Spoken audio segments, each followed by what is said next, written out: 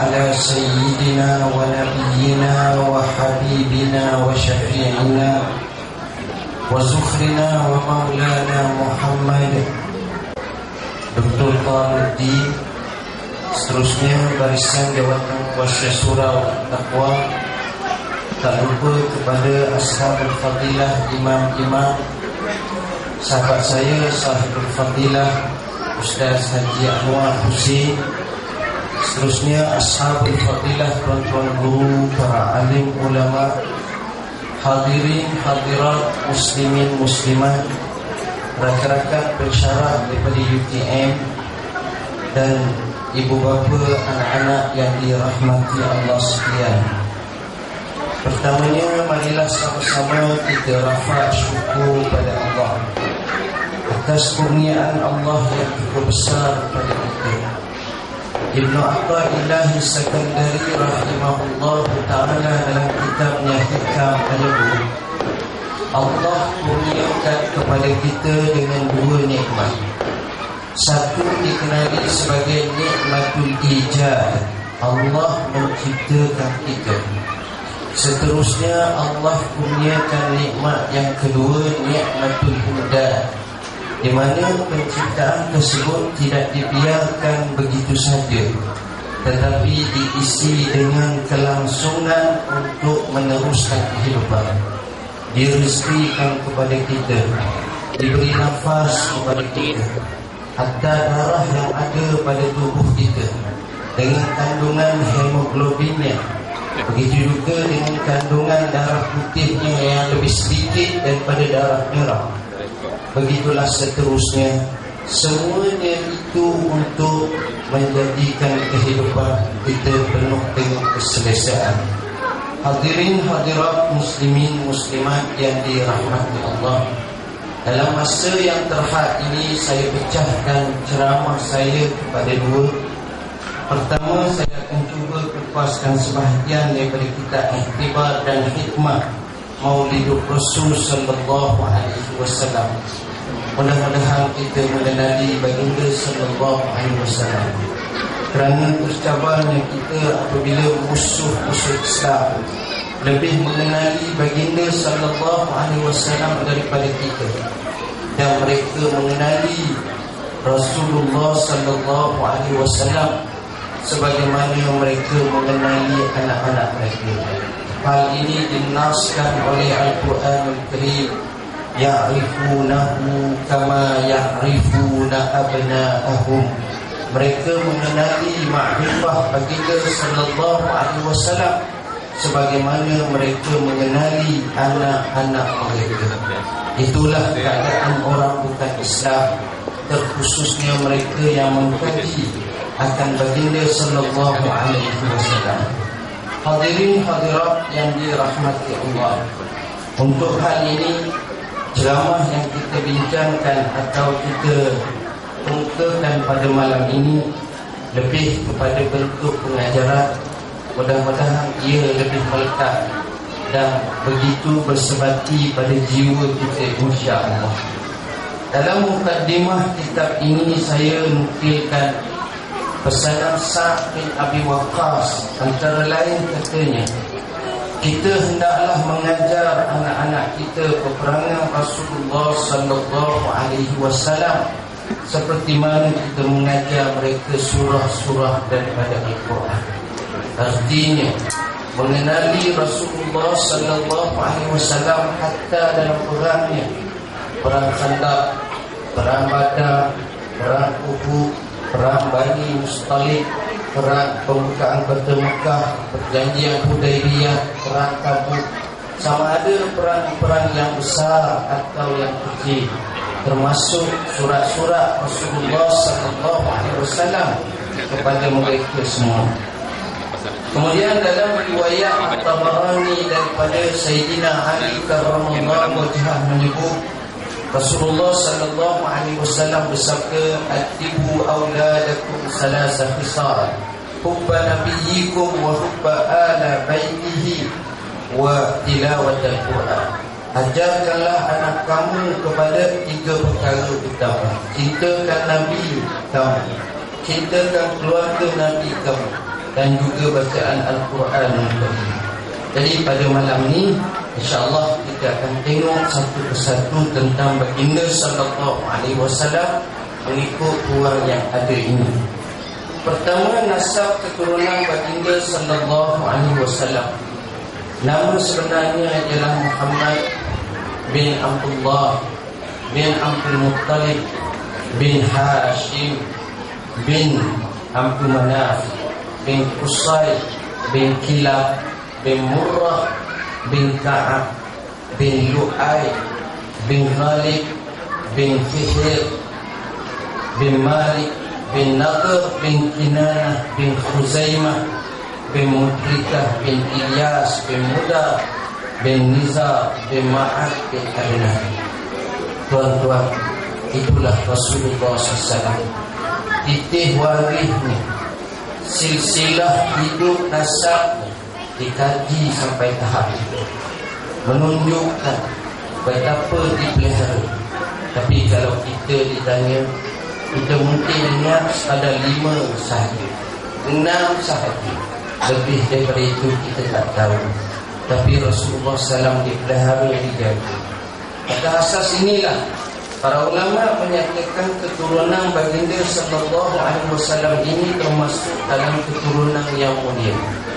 Setiap seorang daripada keturunan baginda sallallahu alaihi wasallam ke atas itu boleh dilihat, boleh dikaji, boleh ditekuni dan diarifkan oleh zaman dan masa oleh bukan seorang bahawa Rasulullah SAW ini keturunannya daripada yang mulia.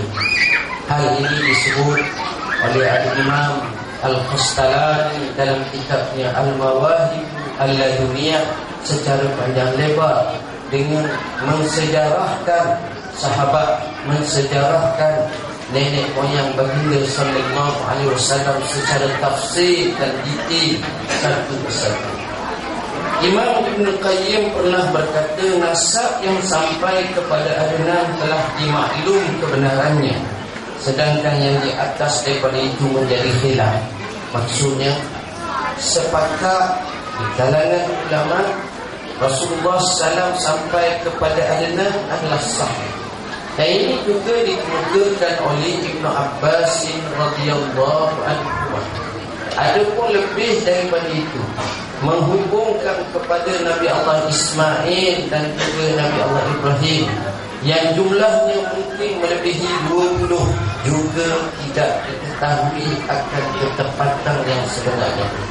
Sementelahan lagi daripada Ibrahim alaihissalam sampai kepada Adam alaihissalam, maka yang ini tidak perlu kerana pensabitannya amat lemah, kecuali kepada Adnan semata-mata. Kemudian Rasulullah sallallahu alaihi wasallam ini daripada keturunan Nabi Allah Ibrahim dan daripada nikah yang sahih. Di sinilah Allah pelihara keturunan baginda sallallahu alaihi wasallam. Tidak ada sebarang penjarahan, tidak ada sebarang perzinaan, yakni tidak dikahwini secara sahih. Atas asas inilah baginda sallallahu alaihi wasallam menyebut, "Ulidu min nikahin la min sifat." Saya dilahirkan daripada nikah yang sebenar, bukan daripada perzinahan. Allah muliakan seperti itu. Sedangkan musuh-musuh Islam, kalau kita tengok nasab keturunannya adalah tercemar dan tidak baik. Ada yang Allah sebut dalam Quran sebagai zani, anak zina, seorang daripada kalangan pembesar Quraisy Mekah. Apabila diturunkan ayat itu kepada, maka dia pergi kepada ibu, bertanya kepada ibunya, "Wahai ibu, adakah Quran yang diturunkan kepada Muhammad itu benar atau sebaliknya? Benarkah saya anak zina?" Ibunya kata tidak. Ibu, pada hari ini ibu bercakap benar. Kalau tidak, saya sanggup bunuh ibu kerana saya nak memastikan dalam Quran itu silap. Maka ibunya kata, "Betul, kamu ni memang anak zina. Bapa kamu itu lemah, maka untuk menjaga titih waris dan harta berpindah kepada adik-beradiknya, aku telah berzina dengan orang lain. Tengok, walaupun mereka juga sembunyikan fakta, tapi Allah bedahkannya. Seorang yang terkenal sebagai kepala munafikin di Mekah, di Madinah, Abdullah bin Ubay bin Salul. Salul itu, kalau orang mengaji bahasa Arab akan tahu itu nama perempuan. Kenapa? Kerana dikatakan neneknya telah berzina melahirkan Ubay, maka Ubay itu telah melahirkan Abdullah. Bagaimana titih waris mereka ini kadang-kadang Allah tidak pelihara, sebagaimana Rasulullah sallallahu alaihi wasallam.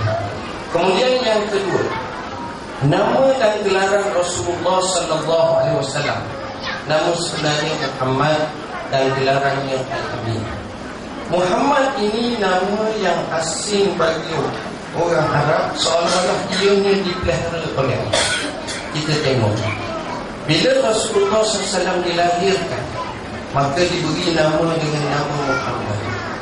Walaupun makna Muhammad itu bahasa Arab, maknanya terpuji, seolah-olah dikabulkan dalam kamus orang-orang Arab daripada menamakan anak-anak mereka dengan nama Muhammad, kerana Allah pelihara untuk baginda sallallahu alaihi wasallam.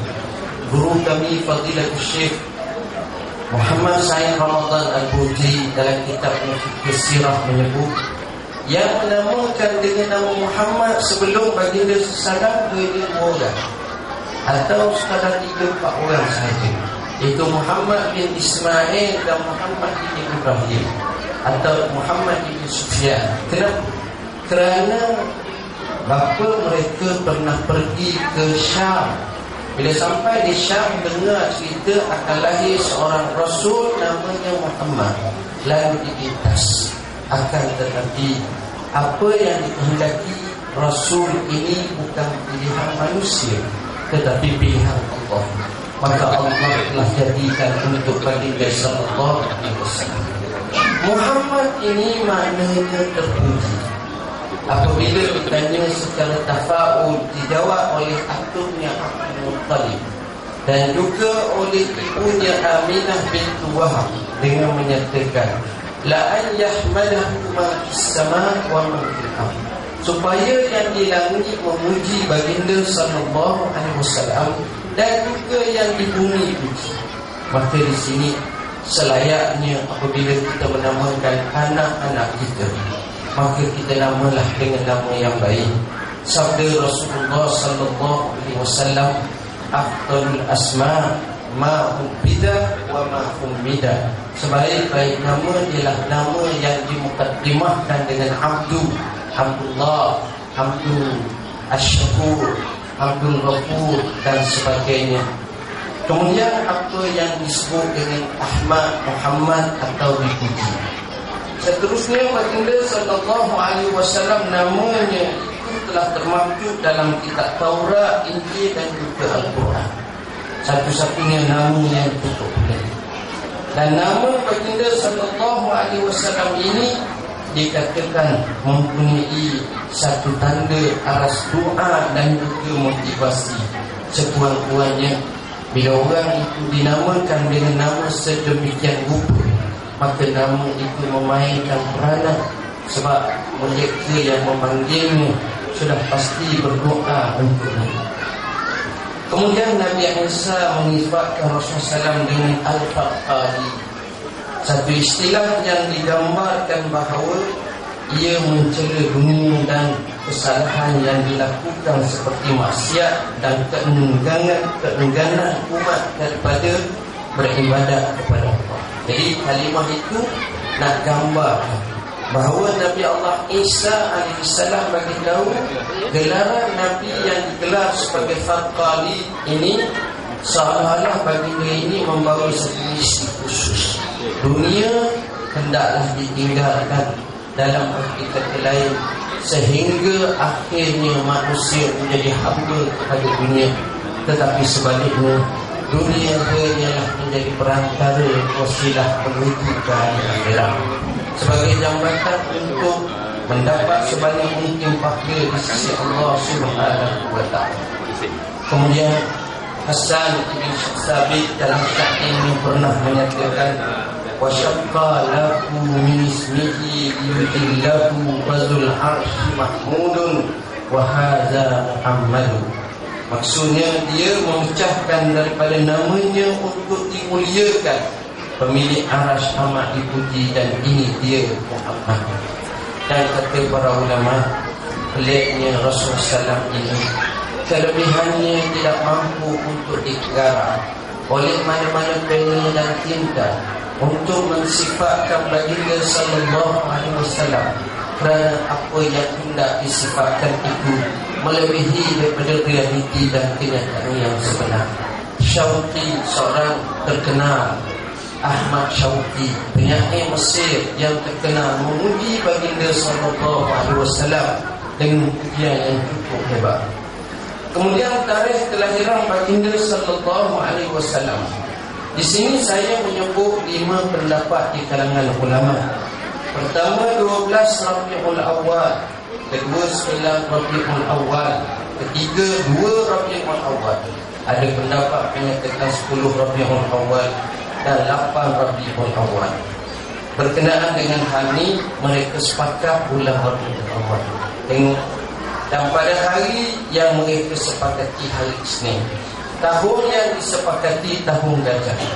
Berkenaan dengan hal ini, pendapat dari segi ahli falak yang terkenal, iaitu Mahmud Bashar dan juga Syekh Muhammad Sulaiman Mansur Furi, menyebut tarikh yang paling tepat ialah 9 Rabiul Awal. Asasnya ialah nas menunjukkan Rasulullah SAW lahir pada 9 Rabiul Awal, pada hari Isnin. Kebetulan dalam minggu itu, kalau hari Isnin jatuh pada 9 Rabiul Awal, kalaulah 12 Rabiul Awal, maka jatuh pada hari Khamis. Tetapi dari sudut itu bukanlah perkara yang sepatutnya menjadi pertelengkahan, perselisihan antara kita. Mengikut riwayat Al-Baihaqi, terdapat keluar biasaan ketika baginda dilahirkan. 14 lengkungan gerbang istana Kisra Parsi jatuh gugur. Begitu juga api sembahan orang Majusi terpadam. Gereja di sekitar Tahirah Sawah telah runtuh, menunjukkan bahawa segala agama yang batil akan lenyap dan tinggallah agama Islam yang akan kekal, yang akan menerajuki dan memimpin dunia ini. Bukan sekadar itu, tetapi pendapat seperti ini tidak dipersetujui oleh Syekh Muhammad Al-Ghazali melalui kitabnya Fiqh Sirah. Atas asasnya, dalil dan juga hadis yang dikemukakan itu sanadnya tidaklah kuat. Kemudian kelahiran baginda sallallahu alaihi wasallam menjadi prihatin oleh rahib dan rabai Yahudi. Orang Yahudi mengikut yang disebut oleh Ibn Hisham, Ibn Ishaq dan lain lagi menyatakan, bila seorang pendeta Yahudi datang ke kota Mekah, setiap malam peniaga ini tengok ke langit. Bila munculnya bintang Ahmad, maka dia menyebut kepada penduduk Mekah, wahai penduduk Mekah, adakah di kalangan kamu lahir seorang anak lelaki? Kebetulan pada malam itu Nabi SAW sahaja yang dilahirkan. Dia bercita-cita untuk melihat. Bila dia lihat baginda sallallahu alaihi wasallam mengunjungi rumah baginda, dia tilik mata baginda, dahi, hidung dan sebagainya. Akhirnya apabila dia melihat di antara berita baginda tertera perkataan Khatamun Nubuwah. Dan mengikut riwayat Anas bin Malik, tulisan ini seolah-olah bulu yang membentuknya, dan dia bukan seperti tatu yang dibuat oleh manusia. Maka pensanglah si Yahudi tersebut. Selepas terbaring daripada pensang, lantas dia berkata, Zahabatin nubuwatu min Bani Israel, telah pergilah kenabian daripada Bani Israel. Artinya, kerana Nabi Muhammad Nabi akhir zaman, maka tidak ada peluang dan ruang lagi untuk orang Yahudi bermegah dengan kenabian yang akan menjadi miliknya, tetapi menjadi milik bangsa yang lain dan umat yang lain, bukan daripadanya. Kemudian dikatakan bahawa berita gembira ini telah disampaikan oleh Nabi Isa. Antara tugas dan misi Nabi Allah Isa alaihissalam apabila dia diputuskan Allah dan dirasulkannya, beliau sentiasa menyebut akan ada seorang Nabi pada zaman namanya Muhammad. Dan dikatakan Allah menekankan dalam Quran, wa mubasyiran bi rasulin ya'ti min ba'di ismihi Ahmad. Dan tugas Nabi Allah Isa memberi berita gembira yang akan datang selepas itu namanya Ahmad. Dan juga sebagai berita berkat doa Nabi Allah Ibrahim. Kelahiran Nabi SAW berdasarkan kehendak Allah, tetapi di sana asbabnya Nabi Allah Ibrahim berdoa. Antara doa Nabi Allah Ibrahim yang masyhur, Rabbana wa ba'ath fihim rasulan minhum yatlu 'alaihim ayatika wa yu'allimuhumul kitaba wal hikmah. Ya Allah, ya Tuhanku, bangkitkanlah di kalangan penduduk Mekah seorang rasul, seorang nabi yang membaca ayat-ayat kamu, yang mengajarkan mereka itu akan Alkitab, mereka mensucikan mereka. Maka di situ menunjukkan bahawa Nabi Allah Ibrahim berdoa.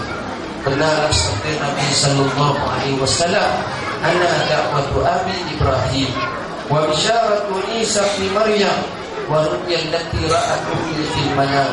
Aku adalah dengan sebab doa bapa Nabi Allah Ibrahim, berita gembira yang dibawa oleh Isa ibn Maryam, dan mimpi yang pernah dilihat oleh ibuku dalam masa aku hidup. Itulah Rasulullah sallallahu alaihi wasallam. Tempat lahir baginda sallallahu alaihi wasallam adalah di kota Mekah, setepatnya di rumah Abi Talib di Syekh Bani Hashim, dan bidan yang menyambut kelahirannya ialah Asy-Syifa, ibu kepada Abdurrahman bin Auf. Inilah yang mengikut ahli sejarah yang masyhurnya. Jadi di situ persoalannya, kenapa Rasulullah SAW dilahirkan di kota Mekah? Kerana Rasulullah SAW ini Rasul. Pemilihan Mekah itu sesuai, kerana Mekah ini rumah Allah pertama, dan Rasul ini adalah Rasul Allah. Maka tujuan Rasul ini ialah menyampaikan risalah Allah, mendekatkan manusia kepada Allah melalui rumah itu. Maka amat sesuailah baginda sallallahu alaihi wasallam dilahirkan di kota Mekah dengan sejarah yang panjang, bermula dengan ketamadunan manusia lagi. Allah berfirman, inna awwala baitin wudi'a lin-nasi allazi bi Bakkah mubarakah. Sesungguhnya rumah pertama yang dibina untuk manusia bagi mengabdikan diri kepada Allah adalah di kota suci Makkahul Mukarramah. Kemudian menariknya, Allah Subhanahu wa taala memberkati Makkah dengan menjaga dan memelihara dari tangan-tangan untuk dijajah. Jadi umat yang lahir di kota Mekah ini, terkhususnya baginda sallallahu alaihi wasallam, selamat daripada penjajahan dan perhambaan manusia. Bahkan ia dimerdekakan dan dipelihara oleh Allah. Nas Al-Quranul Karim dalam surah Al-Qiyam menggambarkan bagaimana putera bergajah yang dipimpin oleh Abraham bin Ashraf, seorang daripada Raja Yaman, telah dikenakan hukuman yang cukup dahsyat. Dinyatakan faja'alahu ka'asfin ma'kul. Mereka ini jadilah selepas diserang oleh burung ababil secara berkuah-kuah, seperti daun-daun yang banyak dimakan ulat, dan mereka rebah. Dan ini kata Allāmah Ibn Qayyim, hari kelahiran baginda adalah pada tahun gajah, perkara gajah yang merupakan hadiah yang diberikan Allah bagi nabinya dan umatnya. Ini kerana tentera bergajah merupakan tentera daripada kelompok Nasrani ahli kitab, di mana agama mereka lebih baik daripada agama penduduk Mekah pada waktu itu. Ini kerana mereka adalah orang yang menyembah berhala, maka Allah memberikan pertolongan kepada mereka mengalahkan ahli kitab, dengan pertolongan kepada mereka untuk mengalahkan ahli kitab di mana tidak pernah diberikan untuk manusia lain. Kenapa? kerana Rasulullah sallallahu alaihi wasallam yang cukup hebat akan dilahirkan selepas daripada itu. Kemudian persoalan seterusnya, baginda sallallahu alaihi wasallam dilahirkan dalam keadaan yatim, sebagaimana mengikut riwayat selepas bapanya meninggal dunia 2 bulan maka lahirnya baginda sallallahu alaihi wasallam. Ada pendapat menyatakan Rasulullah dilahirkan selepas itu, kemudian barulah ayahnya meninggal dunia. Kemudian kata para ulama, lahirnya baginda sallallahu alaihi wasallam dalam keadaan yatim ialah supaya Nabi bergantung kepada Allah, menyebut dengan menyatakan Rabbi Rabbi dan tidak menyatakan Abi Abi, yakni Tuhanku Tuhanku. Dan di sini juga secara langsung Allah ingin tarbiyah baginda sallallahu mencorakkannya tanpa campur tangan ibu bapa. Kalau kita tengok seorang budak yang cerdik dan hebat, kita kata munasabahlah hebat kerana abahnya cukup garang, cukup tegas dalam mentarbiyahkan dia. Tetapi hal ini tidak wujud kepada baginda sallallahu. Maka benarlah sabda baginda Adabani Rabbi fa'asana ta'didi, bahawa Nabi Allah Tuhanku cukup baik mendidik dan dia sebaik-baik mendidikku. Kemudian Rasulullah sallallahu alaihi wasallam apabila dilahirkan dalam keadaan yatim, bertujuan hanya tawakal kepada Allah. Syekh Sayyid Ramadan Al-Quti menyatakan, berlaku keyatiman bukan secara kebetulan tetapi mengikut takdir ilahi. Dan ini antaranya adalah untuk menjauhkan tangan-tangan yang cuba memenjaki baginda sallallahu alaihi wasallam, dan supaya baginda tidak dimewahkan dengan harta benda tetapi bergantung kepada Allah Rabbul Alamin. Dan kata Syekh Qutbani Al-Qarani dalam bukunya, Rasulullah dilahirkan dalam keadaan yatim untuk menjadi teladan dan contoh bagi anak-anak yatim lain, sehingga mereka yakin bahawa keadaan yatim bukanlah aib, cacat dan bukan juga kemurkaan daripada Allah Subhanahu wa taala. Hadirin hadirat yang dirahmati Allah, sebab itulah yatim ini ada beberapa peranan yang lain. Antaranya ialah jangan ada prejudis kepada anak yatim. Bahkan sebaik-baik rumah apabila anak yatim dipelihara dengan sebaik-baiknya. Khairu baitin fi yatim yuhsan ilaih, wa syarru baitin min buyutil muslimin fi yatim yuhsan ilaih. Sebaik-baik rumah orang Islam ialah rumah ada anak yatim yang diihsankan, dijaga, dipelihara dengan baik. Sejahat dan seburuk-buruk rumah orang Islam terdapatnya anak yatim yang dizalimi dan dipunyai, maka malanglah rumah seperti ini.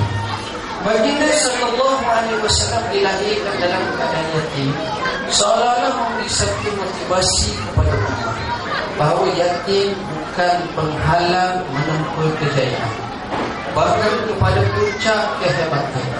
Bacalah sejarah, berapa ramai tokoh-tokoh yang besar Allah lahirkan daripada ibu-ibu mereka, daripada kalangan anak-anak yatim. Imam Abu Hanifah anak yatim, Imam Syafi'i juga anak yatim, Imam Al-Bukhari juga anak yatim, dan banyak lagi senarai kalau kita tengok, termasuk sahabat kepada Abu Hanifah dan murid setianya Abu Yusuf juga anak yatim. Dan ulama mutaakhir seperti Fadilatul Syekh Al-Allamah Dr. Yusuf Al-Qaradawi, kalau kita baca dalam sejarahnya melalui kitabnya Ibnu Qaryah wal Kitab, juga daripada kalangan anak yatim. Tak pilih perempuan, mereka boleh meraih kedudukan yang cukup mulia dan disegani oleh umat dan masyarakat kerana keilmuan mereka. Artinya yatim bukan penghalang untuk menuju kejayaan yang cemerlang, bahkan ia menjadi satu motivasi semangat yang kuat, kerana Rasulullah sallallahu alaihi wasallam juga pernah menjadi anak yatim. Kemudian Rasulullah sallallahu alaihi wasallam disusukan oleh ibunya. Kemudian Suwaibatul Aslamiyah yang menjadi hamba kepada Abu Lahab, dan seterusnya oleh Halimatus Sa'diyah, di mana susu ini memberi kekuatan kepada bayi.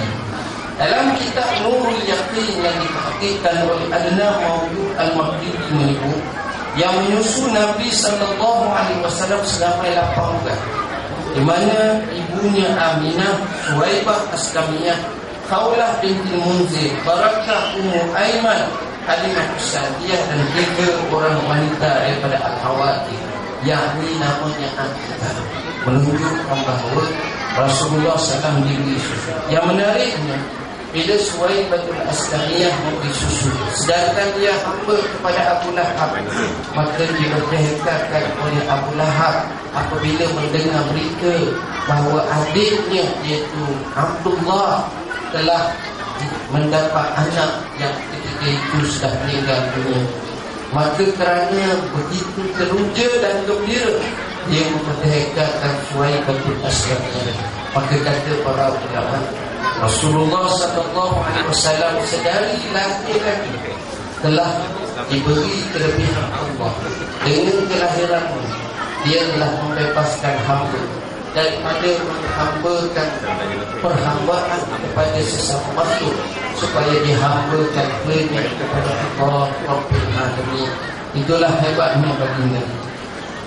Kemudian Halimah pernah menyusui Rasulullah SAW bersama Sufyan bin Al-Haris bin Abdul Muttalib, iaitu bapa saudara baginda SAW.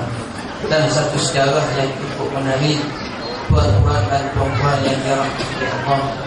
Pernah satu ketika selepas hampir 6 tahun selepas itu, pernah satu ketika para sahabat radhiyallahu anhum telah menggempur satu kawasan, satu pedalaman, di mana apabila mereka telah mengalahkan penduduk tersebut yang pada masa itu belum Islam, maka ditawar yang perempuan. Salah seorang yang ditawar ialah seorang perempuan yang sedikit berusia. Maka perempuan ini berkata, lepaskan aku adalah kakak Muhammad. Hal ini mengejutkan para sahabat radhiyallahu anhum. Maka sahabat membawa kes yang pelik ini bertemu dengan baginda sallallahu alaihi wasallam. Bila baginda melihat perempuan ini, maka baginda terus menghamparkan sejadahnya atau selendangnya dan dibawa perempuan yang tua ini dan didudukkan di hamparannya. Berlinanganlah pada Rasulullah sallallahu alaihi wasallam. Rupa-rupanya dia adalah anak Halimatus Sa'diyah yang dikenali dengan namanya Syaimah, iaitu yang selalu mendukung Nabi masa Nabi kecil ketika mana berada di perkampungan di bawah jagaan Halimatus Sa'diyah. Moral story daripada kisah ini adalah bahawa Rasulullah SAW ini orang yang kenal dia mengingati nostalgia lama, dan dia tidak akan melupa. Tidak seperti cerita Melayu sebagaimana tanggap dan lupa darahkan. Nabi cukup prihatin dan jana. Nabi cukup menginsafi dan cuba membalasnya. Sehingga para sahabat telah mengambil satu keputusan yang drastis. Antaranya, sahabat telah bersetuju untuk membebaskan semua tawanan kerana jasanya pernah peluk baginda sallallahu alaihi wasallam, dukung baginda sallallahu pada masa kecil, dan membuat satu kebajikan kepada baginda sallallahu alaihi wasallam. Itulah sifat yang disebut wa ma arsalnaka illa rahmatan lil alamin, dan tidaklah engkau hai Muhammad kami utuskan kecuali untuk menjadi rahmat kepada sekalian alam. Hebatnya baginda sallallahu alaihi wasallam. Kemudian di perkampungan atau Badawa, sejarah menunjukkan Rasulullah SAW dipelihara oleh keluarga Bani Sa'd, di mana nama ibu susuannya Halimah binti Abi Zu'aib, isteri Al-Haris bin Abdul Uzza, yang dikenali sebagai gelaran Abu Kabsyah daripada kabilah yang sama. Sebab itu kalau orang kata Nas menunjukkan Nabi pernah menyatakan ana ibnu Abi Kabsyah, aku anak kepada Abi Kabsyah. Sedangkan ia anak kepada Abdullah, kerana ia menisbahkan kepada bapa susu dia. Itu semata-mata.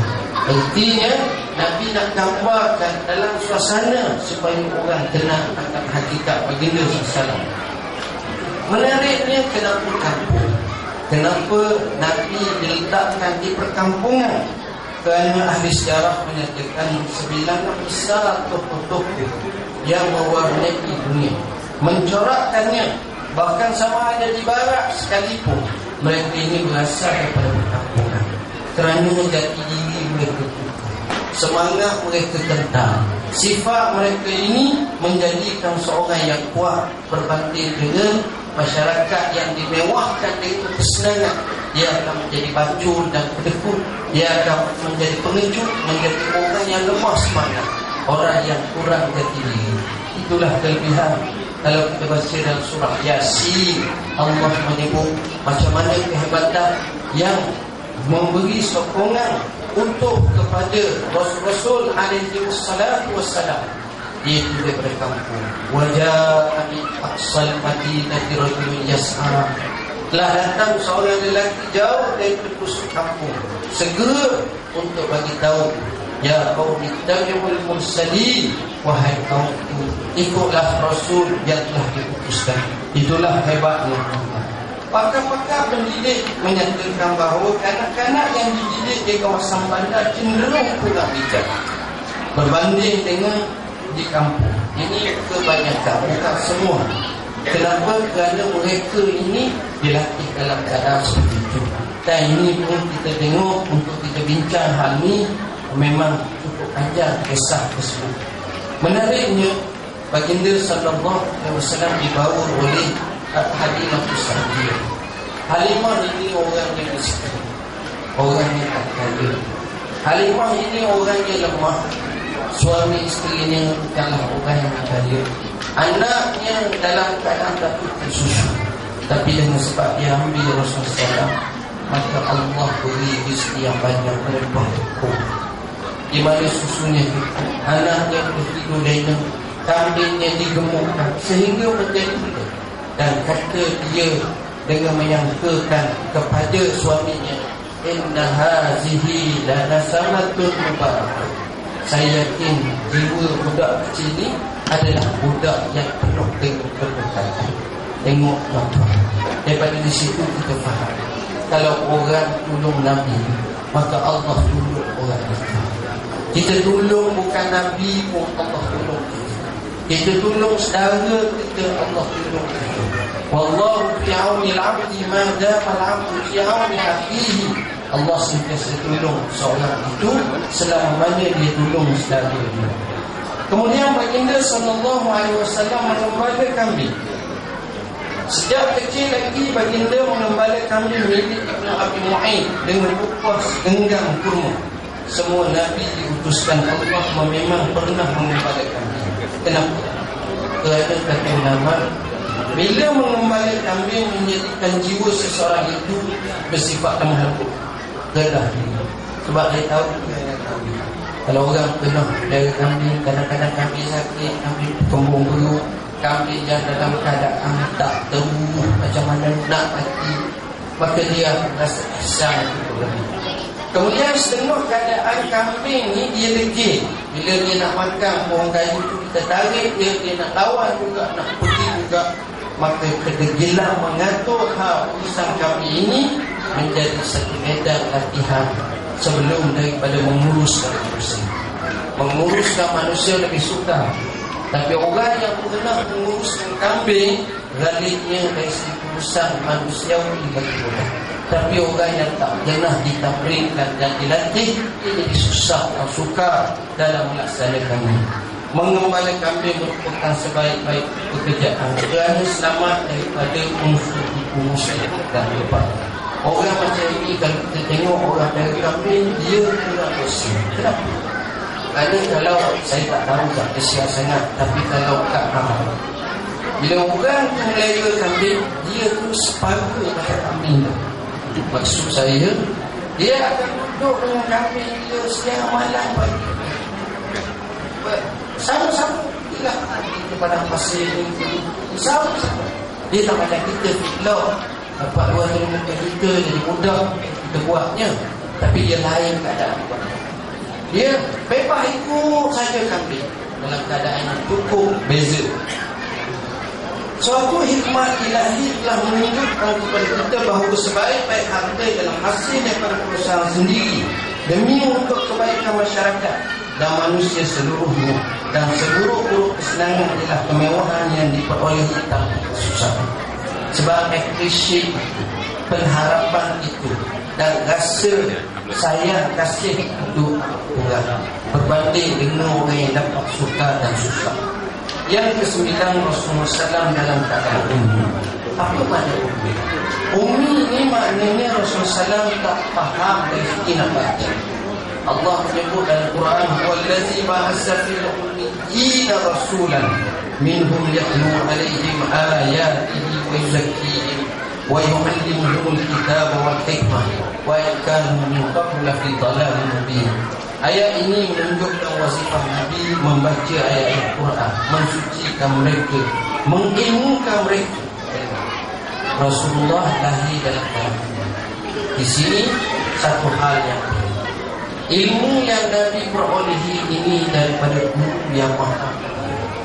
Guru kita ni mulia, guru kita ni hebat, mulia. Tetapi guru Nabi ini bukan mulia, tapi maha. Sebab itu Allah kata Iqra wa rabbukal akram. Dia tak kata kali, tapi akram isim tafdil yang memberi makna maha mulia. Jadi dengan sebab itu, dari segi ini kita akan dapati bahawa sifat ilmu Rasulullah SAW tidak perlu dikaji, dimakmal, disainskan, dilogikkan, dimatematikkan dan berdasarkan kepada kaedah persejarahan. Sebab ia adalah daripada Tuhan yang mencipta segala-galanya. Wa ma yantiqu 'anil hawa in huwa illa wahyu yuha. Nabi tak cakap dengan hawa nafsu kecuali yang diwahyukan kepadanya. Jadi sudah tentu keadaannya berbeza.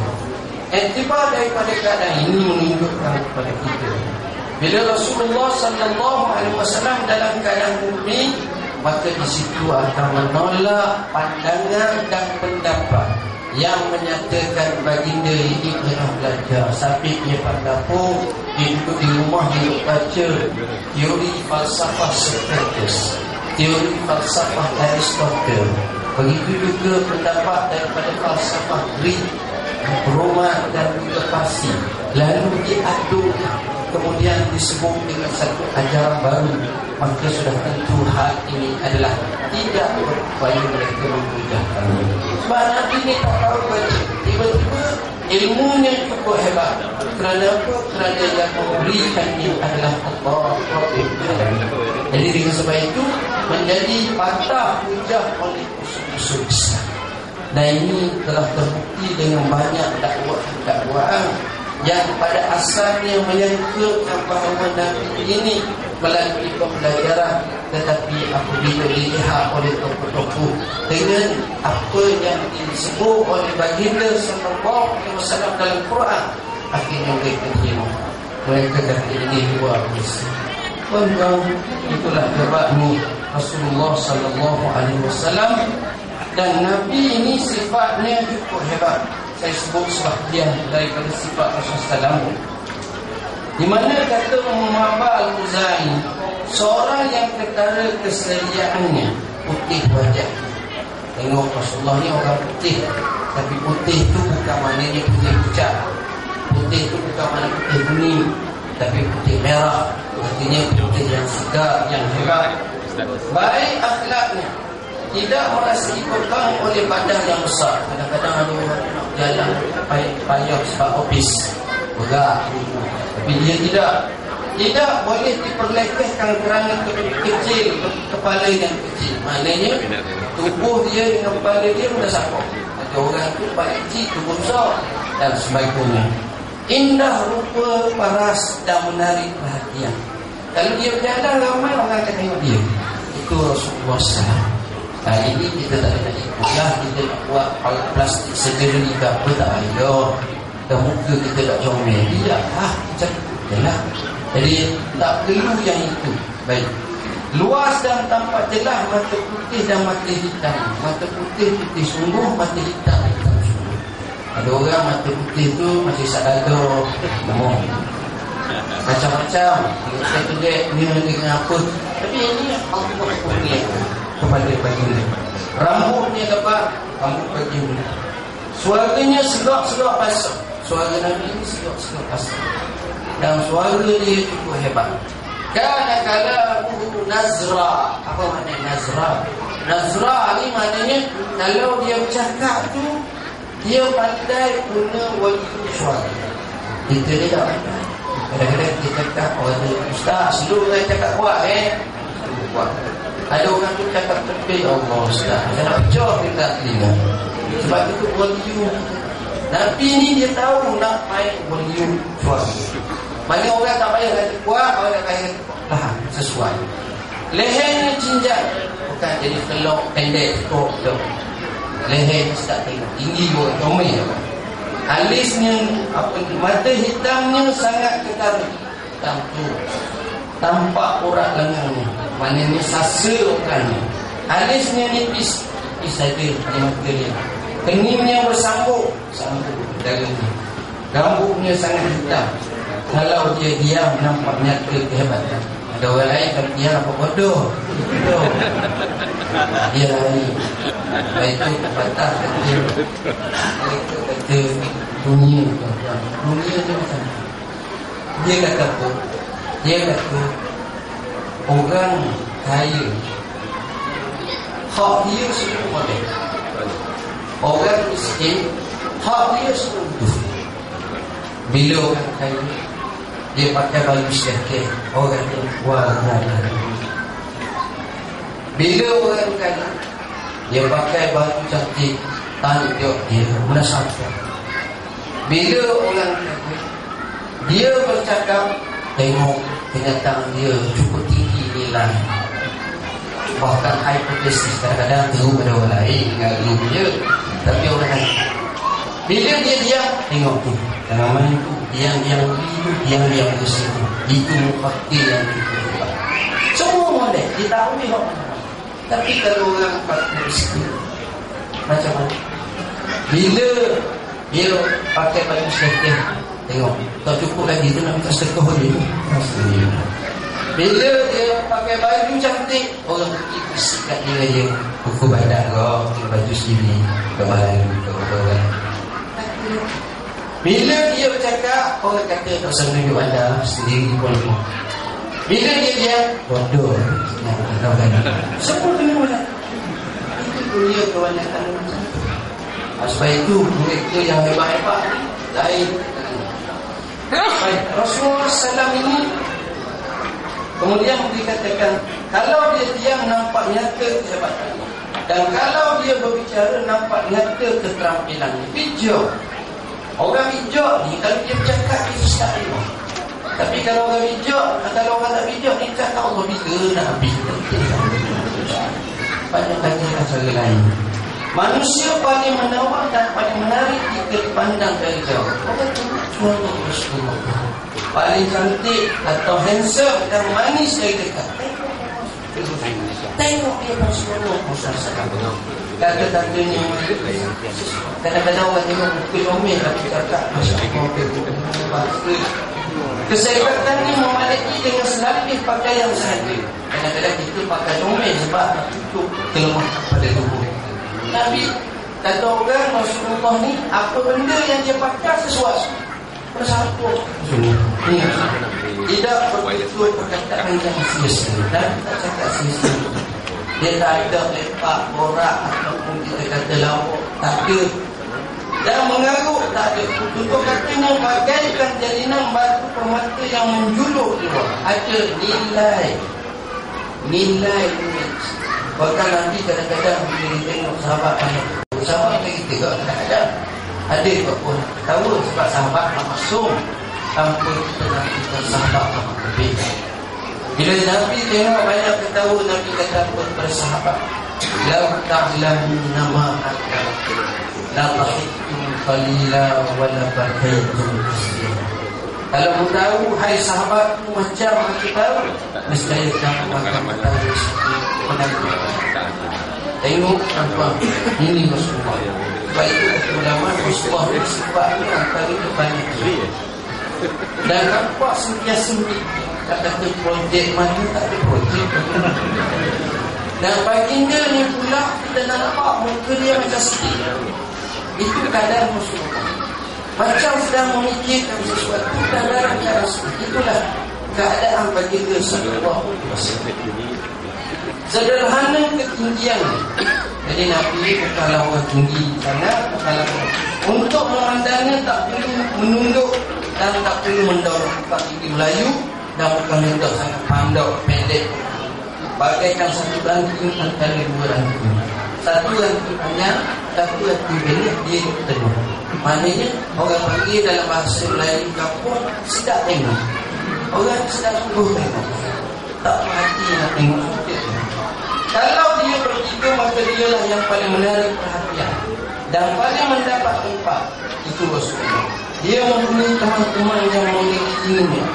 Nabi ini ramai rakan-rakan.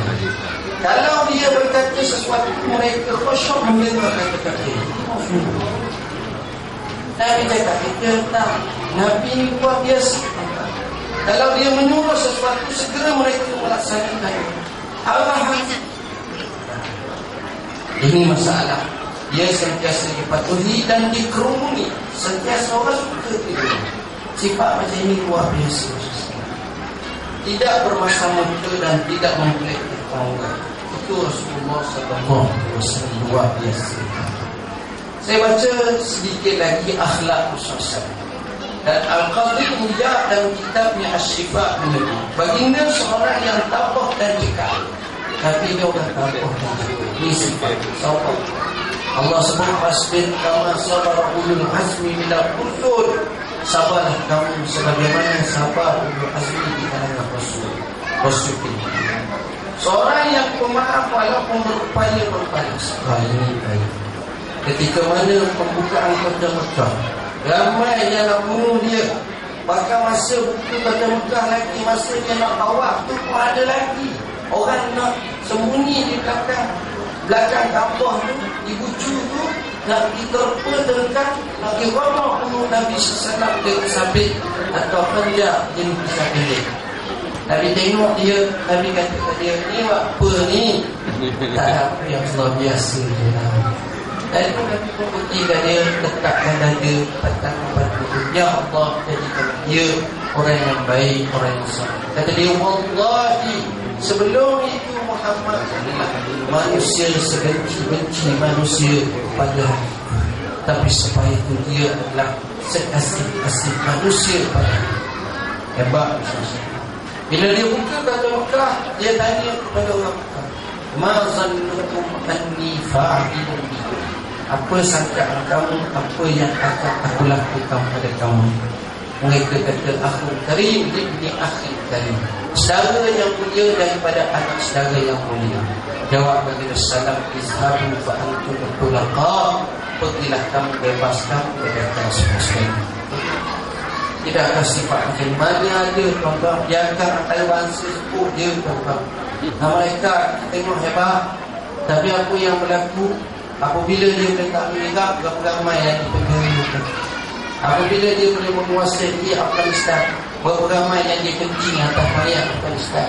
Kita tengok bukan satu benda yang tersembunyi nak sekret. Ayah apa-apa sendiri bos dia.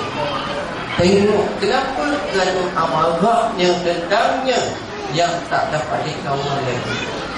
Kerana nak tunjuk, tapi Nabi Muhammad ini luar biasa. Itulah Rasulullah SAW. Sabar menghadapi segala yang tidak disenangi. Ia adalah sifat-sifat luhur yang dengan sifat itu Allah memiliki. Semua orang yang tak, maknanya sifat Nabi ini memang luar biasa. Tuan-tuan nak banding ni orang. Saya boleh katakan begitu. Kalau kita tengok kita akan ada satu sifat yang Tetapi dibandingkan dengan orang lain, mungkin sifat orang lain ada lebih. Contohnya kita 5 orang. Dalam 5 orang ni, di kalangan kita ni, kita paling kuat batu sembahyang. Kemudian dalam 5 orang ni, kawan kita pula paling kuat baca Quran. Dalam 5 orang ni, kawan kita pula yang paling bagus sedekah pada orang. Dalam 5 orang ni, kawan kita pula paling pemberani. Maka tak mungkin akan berlaku pada kita semua sekali kita nombor 1. Tapi untuk sifat mahmudah ini, bagi Rasulullah SAW, dia letak nombor 1. Tuan-tuan, kalau nak banding orang kedua, siapa paling? Kalau zaman dahulu disebut sebagai hati, kedua hati. Pemurahnya seperti pemurah hati. Hati ni dalam sejarah jahiliah dulu, pemurah dia macam apa? Orang bagi rumah di sebelah kambing. Kita KFC pada ada kambing. Bila sudah sebelah kambing, esok orang lain lagi sebelah lagi kambing. Sehingga kambingnya habis. Bila kambingnya habis, maka yang ada ini kuda yang dibuat, kuda pelera ternak yang dibuat. Dan tak ada, dia semelih kuda ni. Maka dia mendapat julukan sebagai pemurah yang seperti pemurah. Tapi hakim pemurah, dia bagi apa yang dia. Nabi pemurah, kadang-kadang dia suruh orang hutang bagi pihak yang buat Nabi letih itu. Tapi nak gambar Nabi pemurah, dia boleh buat. Seorang Arab datang, Bedui datang, ya Rasulullah, saya ni baru masuk Islam, kita nak pergi sekor, agri. Nabi tengok selempah kambing. Nabi kata selempah kambing yang kita kau semualah. Minta satu dapat selempah. Kita apply selempah satu pun paling dapat. Tak layak. Sebab gaji lebih dari 3,000. Tak layak. Tengok apa. Bila dia buat macam itu, Rasulullah SAW buat macam itu, dia sendiri menjadi juru bicara dakwah. Dia pulang ke rumah dia pulang ke kampung dia kata apa? Dia kata dia mengatakan, ya kau aslimu falinna Muhammadan yu'ti man la yakhsha faqah. Wahai kamu semua pada masuk Islam apabila kerana Muhammad ni bila dia berbagi kepada orang, dia tak takut apa kelana. Sifat macam ni hak besar tu. Yang ini sebab itu saya nak sambung sikit. Sebab kalau saya kata ni panjang tuan-tuan, saya nak sambung berkenaan dengan masalah bina masjid. Bila kita sebut bina masjid dan bina surau, kita kata saya ini adalah masjid anak abang lah. Nah, masuk bina yang ketiga mungkin cawangan awal bina masjid juga. Tetapi bina masjid ni tuan-tuan, sebenarnya satu hal yang penting. Kenapa? Dalam kehidupan Nabi, bermula dalam masalah hijrah sahaja, Nabi telah bina 2 masjid, Quba dan juga Masjid Madinah. Tak cukup dengan itu, masa on the way daripada Masjid Quba pada hari Jumaat ke Madinah, dia nak masuk, dia berhenti sembahyang Jumaat. Di situ sekarang ni orang jadikan masjid namanya Masjid Quba. Kalau siapa pergi dekat dengan Masjid Quba, dalam 500 meter tengok ke bawah sana ada satu masjid bangunan yang sekarang didirikan Masjid Quba. Artinya masjid itu cukup besar. Dalam Islam, masjid merupakan penyambung kesatuan umat. Guru kami Fadilatul Syekh Muhammad Az-Zuhaili dalam kitabnya Qadaya Mu'athirah berkenaan dengan masjid menyebut ada 5 peranan utama masjid. Ada 6 peranan utama masjid. Bukan 6 peranan utama masjid. Artinya masjid ni penting dalam kehidupan. Sebab itu Nabi bila dia pergi ke kota Madinatul Munawwarah, dia tak nampak rumah dia nombor 1, tetapi dia nampak masjid dulu nombor 1. Menurut apa itu? Sebab kalau masjid ni kita dapat bentuk dengan sebaik mungkin, maka masjid ini akan menjana satu kehidupan yang terbaik dalam masyarakat. Kata Syekh Abdullah Nasir dalam kitabnya yang terkenal Tarbiyatul Aulad, mana-mana kanak-kanak untuk proses yang terbaik dia memerlukan kepada 3 institusi. Institusi pertama itu institusi rumah tangga. Ibu bapa yang baik dia akan menjadikan anak dia mempunyai kepribadian dan adab nilai. Saat yang sama dia boleh memberi pembesaran dari segi sesuatu kepada anak dia sesuai dan selayak. Kemudian institusi pendidikan, sekolah dan sebagainya.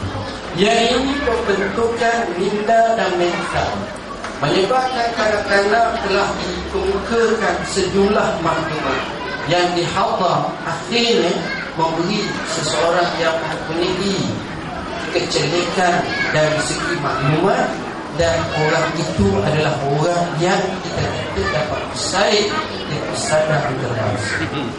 Dan yang ketiga yang antara yang amat besar ialah institusi masjid. Kerana institusi masjid akan menyebabkan pembangunan dari sudut kerohanian jiwa manusia. Dia akan jadi kukuh dan terhubung antaranya dengan Tuhan. Maka masjid dia telah mengikat 2 tali utama, hablum minallah dan hablum minannas.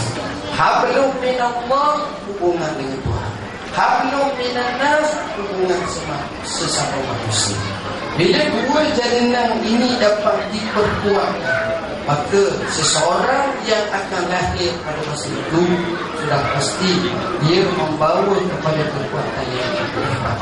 Kata Dr. Ain Al-Qarani dalam kitabnya Al-Tahzab, kalau kamu nak cari kawan, maka carilah kawan di masjid. Orang masjid ni kalau jahat-jahat itu selipar lah. Itu pun selipar orang yang selipar dia. Kenapa? Kerana dia ada hubungan dengan Tuhan. Bila hubungan dengan Tuhan, kita manusia jadi baik. Tapi kalau hubungan dengan Tuhan, masyarakat tidak baik. Dia buat apa-apa dengan kita juga. Banyak orang. Hatta apa benda pun tak selesai sebaiknya. Sebab itu hubungan dengan Allah berada. Atas asas inilah masjid patut kita jadikan rumah yang terbaik. Bila kita tengok masjid ini, Allah Nabi beri satu kelebihan yang besar. Apa kata Rasulullah? Bana lillah masjidah, bana Allah lahu baitan fil jannah. Siapa yang bina kerana Allah masjid, kerana Allah, bukan kerana nak menunjuk, kerana Allah, maka Allah bina baginya rumah dalam syurga. Artinya orang ni dia akan dapat masuk. Kalau rumah dia ada dalam syurga, dia akan masuk. Itu bahasa orang. Kemudian kalau kita tengok, dia guna kalimah man bana lillah tanpa dia sebut. Maknanya sebiji masjid besar ke, masjid kecil ke, macam tu. Mengikut riwayat yang lain dia kata, walaupun hanya satu batu, walaupun hanya satu jumlah duit yang amat kecil dia bina, dia tetap dapat pahala di situ. Syaratnya walaupun kita bina kecil, orang bina masjid di Tuhan, Allah bagi kepada dia banyak kelebihan. Antara kelebihannya, setiap orang yang sujud dalam masjid, orang rukuk dalam masjid, orang duduk dalam masjid, orang sembahyang dalam masjid, dia akan dapat pahala sehingga akhirnya masjid itu sudah dilakukan. Sebab itu para ulama berkata, mana-mana orang besar di atas muka bumi ini yang datang ke kota suci Madinah Munawwarah, kemudian sembahyang dalam Masjidin Nabawi, maka pahalanya tetap dapat oleh kepada Abu Bakar Siddiq radhiyallahu anhu. Kenapa? Bila Nabi nak bina masjid, Nabi pilih satu kawasan. Sekarang ni tapak Nabilah, Nabi pilih kawasan. Kawasan itu sebahagiannya kubu lama daripada kabilah Bani Najjar. Dan kawasan itu juga juga sebahagian besarnya dimiliki oleh orang anak yatim. Bila Nabi kata nak buat masjid di sini, 2 anak yatim tu kata, ya Allah ambil saja. Ambil saja je. Nabi kata, sami, kamu berhargakan kepada dia. Artinya dipanggil orang ni pernilaikan berapa harga sebenar sepasal. Kemudian apabila dia disebut hal tersebut, maka Abu Bakar menggunakan sejumlah besar duitnya dia bagi untuk beli tanah tersebut dan dibina masjid. Itulah jasa bagi disiplin yang luar biasa. Cuma apabila kita bina masjid, tuan-tuan, biar kita letak peranan Allah. Pernah kita seorang khalifah di negeri Arab, dia nak bina satu masjid. Dan masjid yang dia nak bina ni masjid besar. Dan masjid ini diperhalusi di mana tak boleh guna sebarang dana ke mana-mana. Orang lain nak rumah tak mahu, duit kereta sahaja. Di Gajah Harap ni, ni bukan baru, kita lama. Dan besar tahun dulu. Dia nak duit dia sahaja. Dia ada cita-cita Islam. Cita-citanya apabila selesai bina masjid, dia nak beri nama, letak batu asas dari rumah dia. Maka dia pun bina lah masjid. Sudah siap dan semua orang putih masjid. Besar, cantik, ramai yang teruja nak masuk. Tiba-tiba satu malam dia bermimpi. Dalam mimpi dia kata, wahai masjid ini kau berilah nama dengan nama masjid si fulan, nama perempuan. Bila sebut nama macam tu dia pun betul. Pertama, perempuan itu bukan isteri permaisurinya, bukan putri-putrinya. Dan dia pastikan anak-anak dan isteri-isteri, memanda menteri-menterinya tak ada seorang pun nama macam tu. Artinya nama perempuan ini tak glamour, bukan nama yang kita kata hebat. Akhir sekali dia nak cari siapa. Maka dia buat satu perjalanan. Tengok-tengok orang muda tahu. Dia buat-buatkan, dia nak cari mana perempuan. Cari. Akhir pertama, perempuan ni orang yang pakai dana dan ispat. Kedua, perempuan ni tua dah. Lalu kita tengok nak kata dia beri sumbangan besar untuk masjid, dia sendiri pun tak mampu. Lalu bila sampai kat perempuan ni, dia tanya, Makcik ada bagi-bagi duit tak punya masjid? Tak ada. Makcik mana ada duit? Makcik pun orang bagi. Cuma makcik ni tengok pekerja-pekerja yang bina masjid ni selalu duduk lalu depan rumah masjid. Jadi nak lalu ke rumah masjid ni, makcik sediakan satu payang air. Air pun air kosong, kaitan air kosong. Kemudian sediakan gelas-gelas besi macam tu. Kemudian setiap kali mereka lalu, mereka simpan minum air. Bila pulang pun minum air. Sebagai satu khidmat saya kepada orang yang bina masjid. Tengok, kerana sumbangan yang sekecil itu Allah bagi sehingga namanya ditapalkan. Bayangkan kalau orang yang bina masjid, kita sepatutnya tuan-tuan, agenda bina masjid ni penting. Cuma jangan hanya bina, tapi lebih besar daripada itu pengisian masjid ini. Macam mana kita nak membina kemasjidan masjid tersebut? Ini usaha yang besar. Itu kajian dibuat masjid, kenapa orang tak datang ke masjid. Dalam satu kajian dalam 15 tahun lepas oleh salah sahabat menyebut lebih kurang dalam 28 sebab kenapa orang tak datang ke masjid. Salah satunya tanda tak ada penunjuk tanda.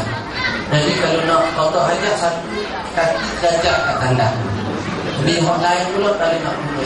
8 tanda, satu je boleh guna. 7 wasok supaya tangan jajak. Tengok, itu akan sahabat. Kedua, sebab orang tak datang masjid dekat kubur.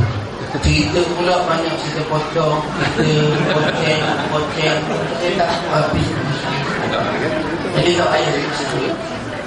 Ketiga, sebabnya kerana imam gaduh dengan bidah ahli pihak. Jadi jawatan kuasa masjid gaduh. Begitulah seterusnya. Kadang-kadang kapek tu bau busuk sangat, tai kicau banyak sangat, kotor sangat masjid, tidak mesra rakyat, tidak mesra masyarakat. Jadi ini perkara yang mungkin kita bincangkan lain, tapi nak gambarkan bahawa amat perlu kita bina masjid. Saya pernah ceramah satu tempat di Kuala Lumpur.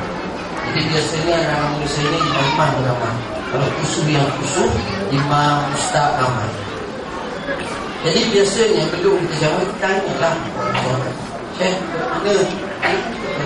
Saya duduk di kawasan biar-biar. Coba kawasan saya ni ustaz, lihat. Saya ada satu masjid. Oh, masjid macam mana?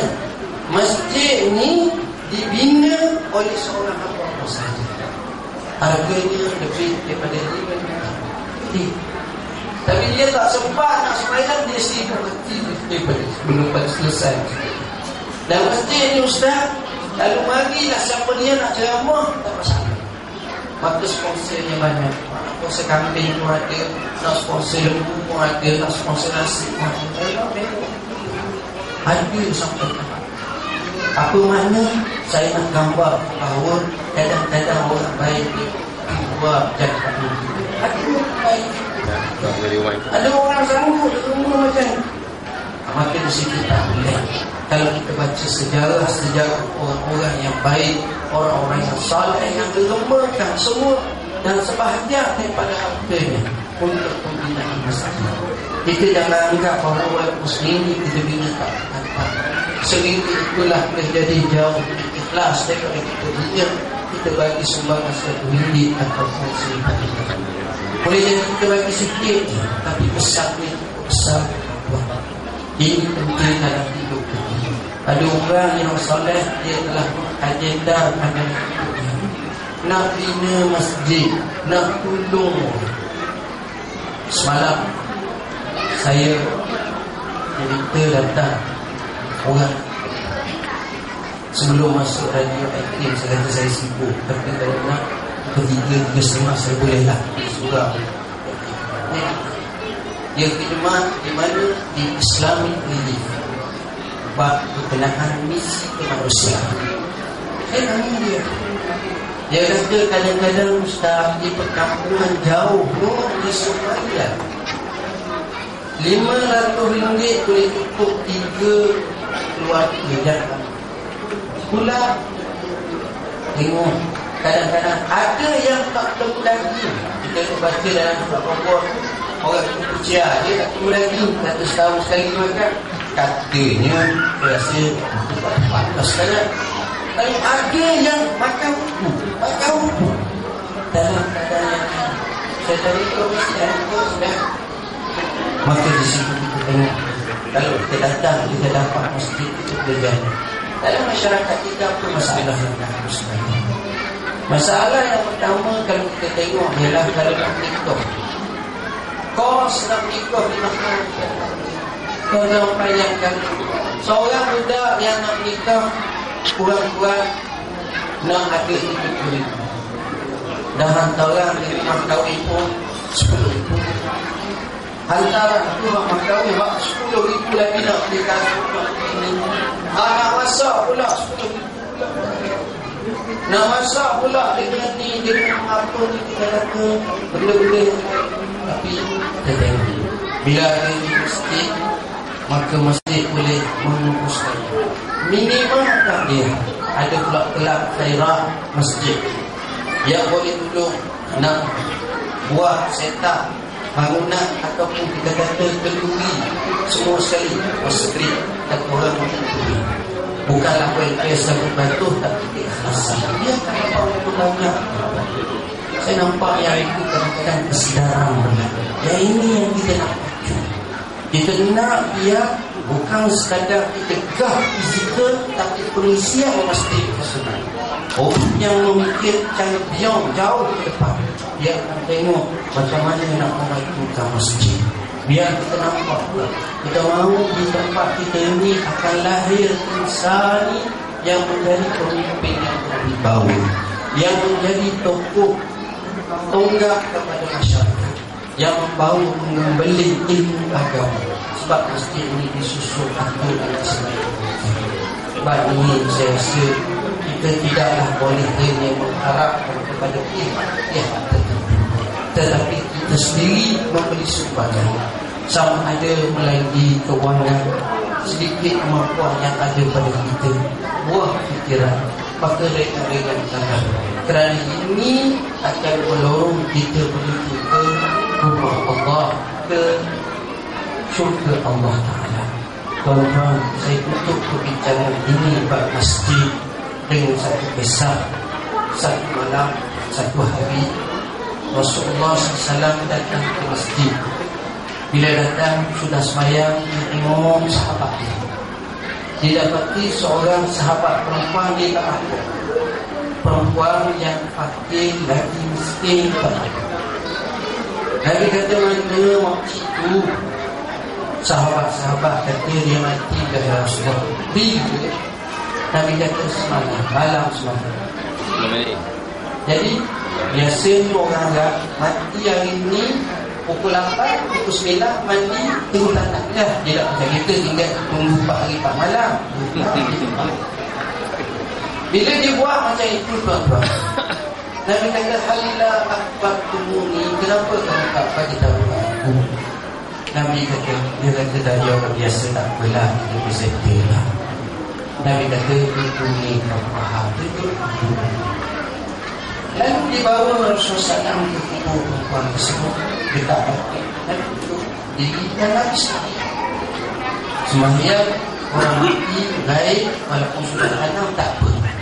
Lalu Nabi bersabda, inna salati munawwiratun ala qabdiha. Salatku ini akan memberi cahaya kepada Allah. Nabi bila bagi dia lama, sahabat bertanya, ya Rasulullah, apa yang kamu bayangkan itu? Nabi kata, aku berbicara dengan wanita tersebut. Aku tanya kepada kamu, apakah amalan yang paling baik yang kamu lakukan sehingga kamu dibawa ke surga? Kata dia, bersih masjid. Kerja dia untuk nonjol, untuk siap, bersih masjid. Ini kerja yang mungkin dari segi kewangan tak ada apa-apa pun, tetapi sumbangan ikhlasnya itu menyebabkan dia dibawa ke tempat yang mulia, dimuliakan Allah. Atas asas inilah, marilah sama-sama kita mengambil kesempatan selama mana hayat di kandung badan untuk kita sumbang ke rumah Allah Rabbul Alamin dengan seikhlas mungkin. Pada itulah bahasa yang dapat saya sampaikan, dan saya mohon maaf sekiranya bahasa yang saya gunakan ini kurang sesuai dengan yang ada di sini. Aku qouli hadza wa astaghfirullah azim wa lakum. Wassalamualaikum warahmatullahi wabarakatuh. Waalaikumsalam warahmatullahi wabarakatuh. Jazakallahu khairan diucapkan buat